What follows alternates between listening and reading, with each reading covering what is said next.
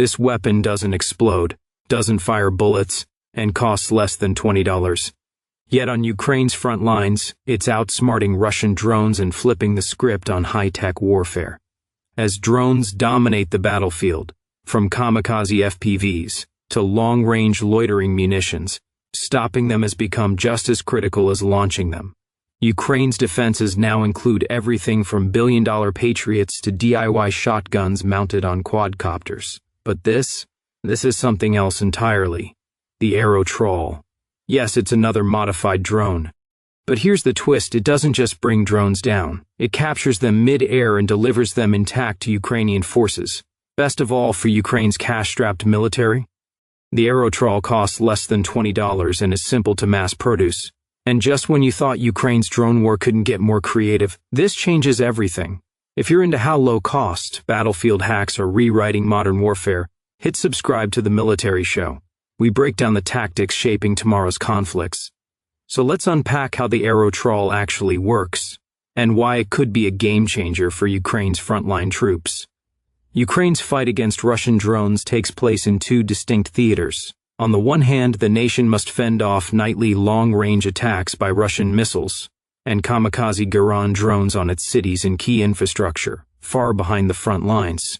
Here, it uses a combination of missile-based systems like the Patriot and Iris-T, air-to-air missiles fired by its fighter jets and helicopters, electronic warfare devices, and mobile vehicle-mounted machine gun-based systems like the German Gepard.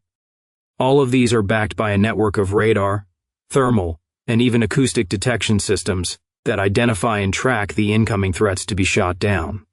On the other hand, it must deal with the specter of drones on the front lines. There are two sides to this equation: reconnaissance and kamikaze FPV drones. For both sides, reconnaissance drones are a critical part of operations on and just behind the battlefield. Since Russia first invaded Ukraine in February 2022, Russian reconnaissance drones have been scanning the battlefield and surrounding areas, and identifying targets for Russian artillery, glide bombs, and drones to strike. All the while, Ukrainian reconnaissance drones have been performing the same roles. The most commonly used Russian reconnaissance drone is the Orlan-10, a mass-produced, low-cost fixed-wing drone used extensively by Russia for intelligence, surveillance, and reconnaissance, or ISR, missions since 2010. It can be launched via catapult and is operated directly by Russian artillery units, ideal for the rapid targeting of Ukrainian positions.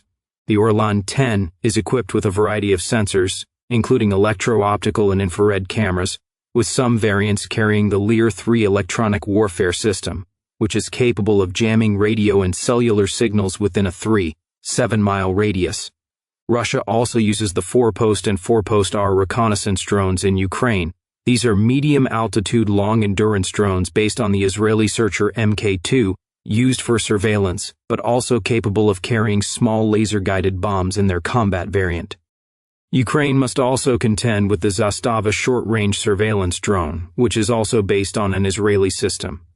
The IAI Bird I-400, the Covert Ops Optimized Tachyon Flying Wing Drone, and the Zala 421-16E5 HD, a commercial-grade fixed-wing drone used for infrastructure inspection and as an artillery spotter.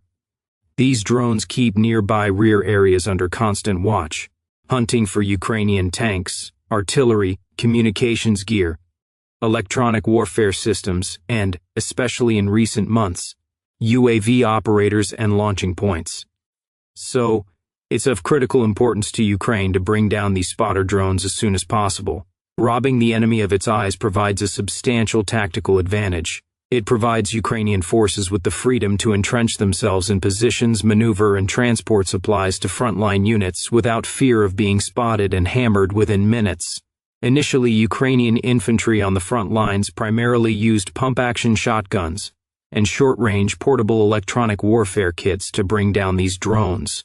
These kits jam the radio signals used to control the Russian drones, causing them to miss their targets, crash, or in some cases fly back to their starting positions harmlessly.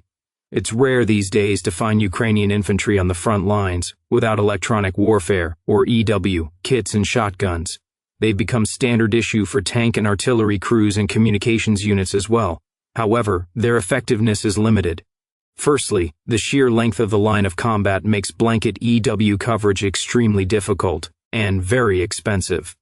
By September 2025, according to Ukraine's top military commander, General Oleksandr Syrsky, the line of contact had grown to around 800 miles. That's an increase of around 125 miles over the preceding year, which has forced Ukraine to manage between 160 and 190 combat engagements daily. Ukrainian EW systems like the Bukovel AD can jam drone signals for up to 5 miles, but frontline deployment typically requires portable, trench-mounted units with shorter ranges of 1 to 3 miles. That means for continuous coverage, such systems must be deployed every couple of miles, especially in high-threat sectors. Analysts estimate that, with an average of 25 miles of coverage for each EW system, Ukraine would need around 600 network systems to cover the entire line of combat effectively. Portable EW jammers and more advanced systems like Bukovel cost anywhere from $500 to $10,000, with most between $1,000 and $3,000.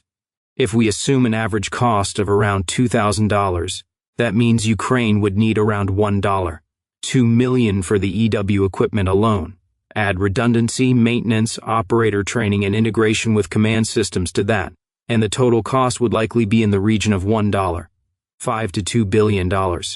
Shotguns, on the other hand, are far cheaper and much more abundant. In addition to shotguns imported from the US and Turkey in May 2025, the Ukrainian Ministry of Defense authorized 3 modifications of domestically produced pump-action shotguns for operational use within the defense forces. These Ukrainian-made 12-gauge pump-action shotguns are chambered for 76mm shells, which can be loaded with either slugs or shot. When loaded with shots, they have proven to be effective at hitting UAVs at close range, especially as the drones approach their targets.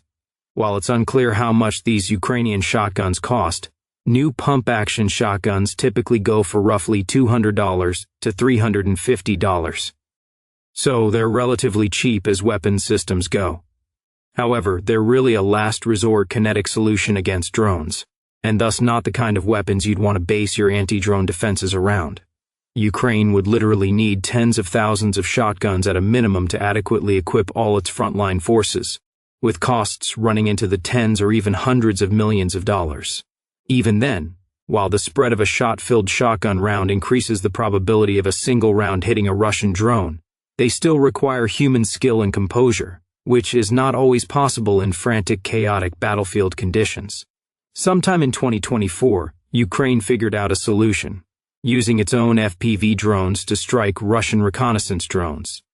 They could use these cheap, abundant, and deadly quadcopters to take down Russian kamikaze quadcopters, and its much larger, more expensive reconnaissance drones like the Orlan-10. With its annual production of these FPV quadcopters estimated to be in the millions of units, Ukraine had plenty of these drones, which typically cost just a few $100s to put to this task. The strategy proved to be a keeper. Initially, Ukrainian drone pilots were bringing down Russian UAVs kinetically, simply by launching modified FPV drones at them and ramming them. Over time, explosives were attached to these mini interceptor drones, so they were not just knocking Russian reconnaissance drones out of the sky with force, but blowing them up. But there was still a limitation. The strategy may be effective at destroying Russian drones, but it destroys the Ukrainian interceptor drone in the process. It's essentially a drone-for-drone swap, with no way to save the drone for future operations. Ukraine's solution? Mounting shotguns directly onto Ukrainian drones. These drones could be launched, the attached shotgun fired at the target, and then flown back in one piece after the engagement, ready for redeployment on the next mission. However, initial efforts exposed new problems. Shotgun-equipped drones can only fire 1 or 2 shells before needing to be reloaded. And if the recoil is poorly balanced, the force of the shot can overturn the drone in flight, causing it to crash. This is where the protagonist of our story enters the arena. Andrii Pavlovskyi is a Ukrainian engineer who developed one of the first drone shotguns. He'd been involved in weapons development from the outset of the invasion, building logistics and bomb disposal robots for friends on the front lines. But when the skies became the new battlefield, he pivoted to designing tools to take down Russian FPV and reconnaissance drones. His first success was to develop and patent a recoil-free shotgun shell that produces almost no perceptible kick for the drone platform when fired in mid-air. This shell could be the solution to the recoil problem of Ukrainian drone shotguns. However, in the background, Pavlovskyi had been working on an even simpler device, the Aero Trawl. And as mentioned earlier, the Aero Trawl doesn't just shoot down Russian drones, it also enables their capture and transfer to Ukrainian intelligence. Initially, Pavlovskyi focused on his recoil-free shotgun round because he believed it had more potential. However, as it happens, the Aero Trawl appears to have been the first of his inventions to be widely adopted. The device has been patented and is available on the Bravo market, a platform where Ukrainian forces can manage procurement of the supplies they need in a decentralized manner for roughly $18, 50% each. According to Pavlovskyi, several hundred devices have already been supplied to frontline military units so that they can develop tactics for their use, train their drone operators, and provide feedback for further refinements of the system. It is reportedly already in use against Russian reconnaissance and FPV drones, as well as ambush UAVs. These are typically fiber-optic cable-guided FPV drones that Russians leave on standby along roads. When they detect Ukrainian vehicles or forces moving down the road, they spring into action and attack them, often taking their targets by complete surprise.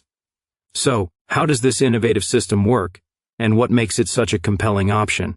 In a nutshell, instead of firing bullets, shells, or missiles at them, the Aero Trawl is a device that attaches to a carrier drone and captures Russian drones in a kind of trawl net. Visually, it looks much like a sea trawl, the nets used by fishing vessels or by warships to sweep for mines. Now, the concept of using netting to trap drones is not revolutionary in and of itself. Various net-based systems already exist, with several known to have seen action in Ukraine. The most well-known of these systems is probably the drone hunter F700 from Fortem Technologies. This autonomous VTOL drone uses a trademarked net-based system called net guns to launch rapidly expanding nets at hostile drones. It has two variants, a small net for attack mode, which targets Group 1 and 2 FPV-type drones, and a larger net for defense mode, i.e. intercepting larger, faster fixed-wing drones like Garand drones. The captured drone is tethered and brought to a safe landing, from where forensic analysis can be conducted. The Defend Air system from Aero Technologies is another multi-configurable net-based anti-drone system. It can be deployed via an interception drone, a stationary turret, or a handheld net gun, and captures drones mid-air using nets ranging in size from around 30 to 330 feet, at ranges of 5 to over 300 feet. It integrates with radar, C2 and RF systems, and is designed for low collateral damage in urban or sensitive areas. Other net-based systems have been designed for more tailored use cases. Skywall Patrol from OpenWorks Engineering, for example, is a purely handheld system that fires a net attached to a parachute to ensure a controlled descent of the captured drone, minimizing damage to it, which allows for safe recovery for intelligence gathering. Similarly, Iron Drone from Ondas is an AI-enabled automated drone that uses ballistic nets and parachutes to capture and safely lower hostile drones. Russia has also experimented with net-based anti-drone systems, which, as we'll see shortly, played a part in the development of Aero Trawl. Its NetComet system consists of small interceptor drones that launch nets to entangle Ukrainian drones mid-air, and both the Russian and Ukrainian sides have made extensive use of anti-drone fishing nets strung up above key logistic routes to prevent the other side's drones from swooping down and hitting traffic moving along them. With these and other net-based systems already on the market, Aero Trawl has plenty of competition, but it also has several key features that give it a pronounced competitive edge over all of these more illustrious, well-funded, and costly options. For starters, the device is purely mechanical, with no electronics on board, and is mounted on a quadcopter with a 10 to 15-inch frame. Except for the fishing nets strung over roads, the other net-based anti-drone systems in service include electronic components, which raise the costs and complicate assembly. Additionally, all the other systems, including the Russian one, use variations of relatively standard meshed nets. Aero Trawl uses vertical slings instead, Thin, high-strength cords designed to snare the propellers of enemy drones rather than catch the whole thing. The entire system weighs just over 10.5 ounces, significantly lighter than a shotgun interceptor, which typically weighs around 5 times as much. The lightness of the device means it has minimal impact on the carrier drone's flight and performance compared to some of the other systems, whose electronic components and heavier nets significantly increase their weight. The Aero Trawl's sling structure also has no impact on the UAV's aerodynamics, and the thinness of the sling means it can be nearly invisible to enemy operators, especially at a distance or with the Kevlar variants that Pavlovskyi has tested. It's also dead simple to use. Aero Trawl can be attached to a drone in about 1 minute using ties or clips, and is deployed from the moment of takeoff. In an exclusive interview with the Ukrainska Pravda website, Pavlovskyi broke down exactly how it operates. First, the enemy reconnaissance drone is detected either by radar or visually. A command is then given to take off and move towards the target. Obviously, the Aero Trawl is most effective when the carrier UAV is equipped with a thermal imaging camera, as this allows the operator to clearly see the enemy quadcopter and approach it. There can be as many approaches as necessary to capture the target. At the moment of capture, the Russian pilot has no idea what is happening. The trawl cannot be seen from a distance, and even if the camera is pointed at the Ukrainian drone, it is too late to do anything. Another aspect of the Aero Trawl that sets it apart from other net-based systems is that it's specifically designed for use as a defensive tool, and primarily above Ukrainian positions on or just behind the front lines. As Pavlovskyi puts it, this system is for assault and infantry units constantly in the trenches, where enemy reconnaissance drones are a major problem, adding, "I also focus on special forces on frontline missions." In contrast, most of the other net-based systems are intended for dual use, offense and defense, and in a wider range of locations, such as to defend infrastructure from long-range Duran drones. In this defensive frontline role, Aero Trawl offers 2 options for drone engagement. Either the trawl can be detached after the Russian drone has been snared, causing it to fall immediately, or the captured UAV can be transported to the rear by the carrier drone and recovered for research once its battery runs flat. But perhaps the greatest benefits provided by Aero Trawl to Ukrainian troops on the front lines are its cost and scalability. Compared to some of the other systems, that $18.50 per unit is ridiculous. The Skywall 100 handheld launcher costs around $20,000, and that's excluding the actual net projectile. The Defend Air and Drone Hunter systems are estimated to cost tens, if not hundreds of thousands of dollars each. And even the Ukrainian Varta Drone Hunter, a kinetic shotgun-based drone interceptor priced at a relatively humble $325, is still 17 times more expensive than Aero Trawl. Needless to say, at under $20 a unit, Aero Trawl offers a very compelling cost-to-kill ratio. According to Pavlovskyi, right now, a Russian ambush drone costs roughly $1,000 minus $1,500, and a DJI Matrice 4 trillions, about $5,000. It's got to hurt watching your much more expensive drones being taken out by such a cheap, simple device. And that's exactly what the Russians are being forced to do. According to Pavlovskyi, a Ukrainian military unit that mastered his system was able to shoot down 14 Russian UAVs in 15 sorties using the Aero Trawl. That's an excellent kill rate by any measure. Meanwhile, development and refinement of the system continue based on battlefield experience. Pavlovskyi has adapted the Aero Trawl to carry explosive charges for laying mines and targeting larger, even more expensive targets like antennas, stationary communications towers, and artillery barrels. Tests at a training range demonstrated that the drone can effectively attach the charge and move away before it detonates. He's also been experimenting with different materials for the slings, with Kevlar proving to be very promising. The slings are completely invisible in the sky, both from the ground and from a drone's camera, he says, adding that only at a distance of about 3 meters, around 10 feet, could the operator of a drone that was being captured spot them. In the end, we opted for larger slings.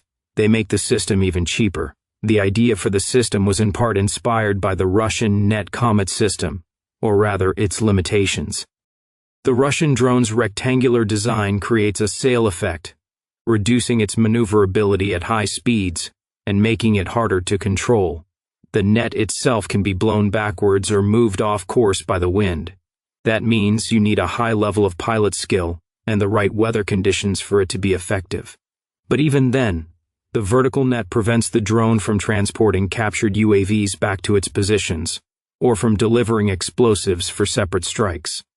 The Ukrainian Dronarium Drone Academy team, which showcased a similar design in Japan in 2015 and experienced similar issues, was also an inspiration for Pavlovskyi and was involved in Aero Trawl's development. I was able to solve the issues of that decade-old design by taking a completely new approach, he recalled. We ran some tests with experts from the Dronarium Training Academy. They showed great interest, and I proposed incorporating the Aero Trawl drone capture system into the Academy's training program. With so many benefits to offer the Ukrainian military and such impressive first steps, the next step in Aero Trawl's evolution is serial production. But in this regard, Pavlovskyi is certainly going to need a few more hands on deck. A single person with no technical training can produce up to 10 Aero Trawls per day, but until now, he's been making them all himself. Plans are indeed afoot to scale up production, and who knows, maybe the next time we report on Aero Trawl, it'll be as one of Ukraine's, and possibly many of its allies, most proliferated and well-known weapons. We'll, of course, keep you updated on all the latest developments in drone warfare, so subscribe to the channel and enable notifications so you don't miss any of it. Thanks for watching.